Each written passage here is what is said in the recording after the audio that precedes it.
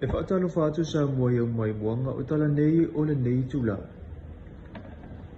Na whaatau na ui nei le so le whailo inga le maru si anga le tuumanga, po ana sui awai le whale sa mua le ofisa le tuwisi le ele fau. E si lia ma le ona se furu ta ita i o nuu mala la whanga, o whale tua matausi, ai meiso sa awau mata ma ita i mai afio anga ese ese le moto o polu, o lo ngalo lue whaatasi ma le tuumanga moe e pupuanga tia.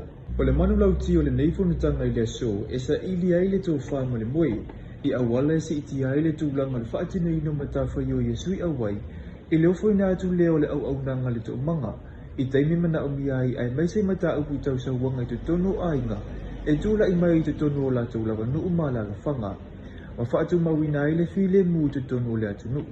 O le susunga le whaafenga inga le eka le sia kerisiano so o whaatasi, i a tarusanga hiti la, na te talaina le whaamoemoe le te talo a mata atua i ma le upu whaamalosi, na ia saunua iai e au lea i le alofa. I lana saunuanga na ia whaapea atua i le mamalu sui awai. E whaapea i o le alofa na tuina atu e le samarianga le lei i le na popua ngā te i liana. O le alofa lava lea tō te lawe aina i se soifua a whano. Ona so so oi lea ma le tō laulawina i ngā whono ma le whonutanga mua sui awai i le masinau au kuso le tausanga nei. O se tasi o i tūtau wana whaatino ina le whonutanga o le nei aso. O le filifilia leo i se sui o le laulawa whono. Ona na o le taita i whono na filifilia i le whonutanga tanuai.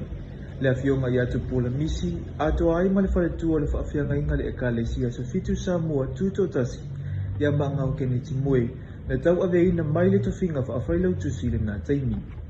O le ana whaafalo tai na iso a whaoniso sui awai, e sa ili ai miso tofi o le laulawa whono. O le alawa filifili ai le susunga ia a whamasanga sewi nu utasi mai le awhio anga mai lu utai, e a vea masui ta ita i whono, mana ia saunoa. No fie yo au e vea masui ne le tōmanga, o se na ona whaatai le tua le aka o te fia o tama i kautauka, i a tautua mo le rie ana i ngā weka whapedei o soso ni atu le tangata maftia, e tina, whanau, so se tu i ngā whapita, e tu fia o mai, e tu fia tautua e fia o kondo lo maro, o lo sao le kondo lo muku, o lo maro, e mai se kui kui mo lo mai, mani naksi. O le whaletua ia nifo mua nanu mai mawala, ua tusi a au ia ile ai ngā sui awai, e a vea maa lato whailau tusi. Ona o tuatua ngia whaale e kalesia e awa ia ile whaletua ia maa ngau. Na tā ua i nifu. Sa me whasiri le tūla leo.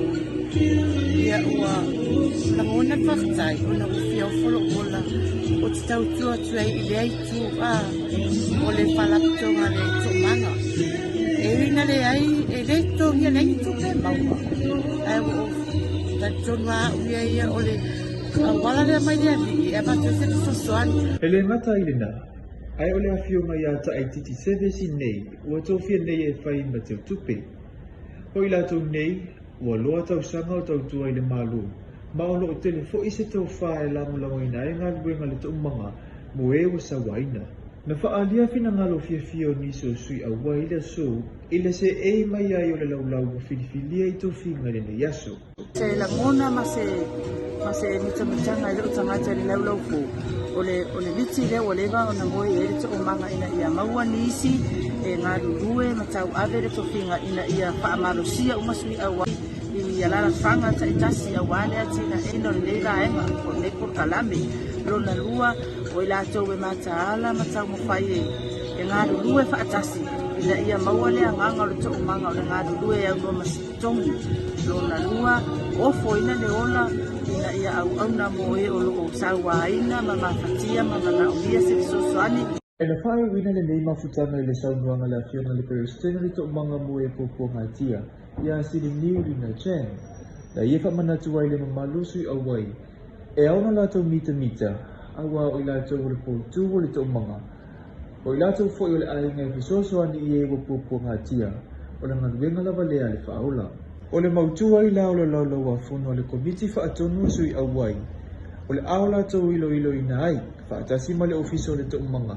I lātou mai awhio angata i tasi wanga waa, ma loa fo i le tautua e avea masui le komiti whaatonu.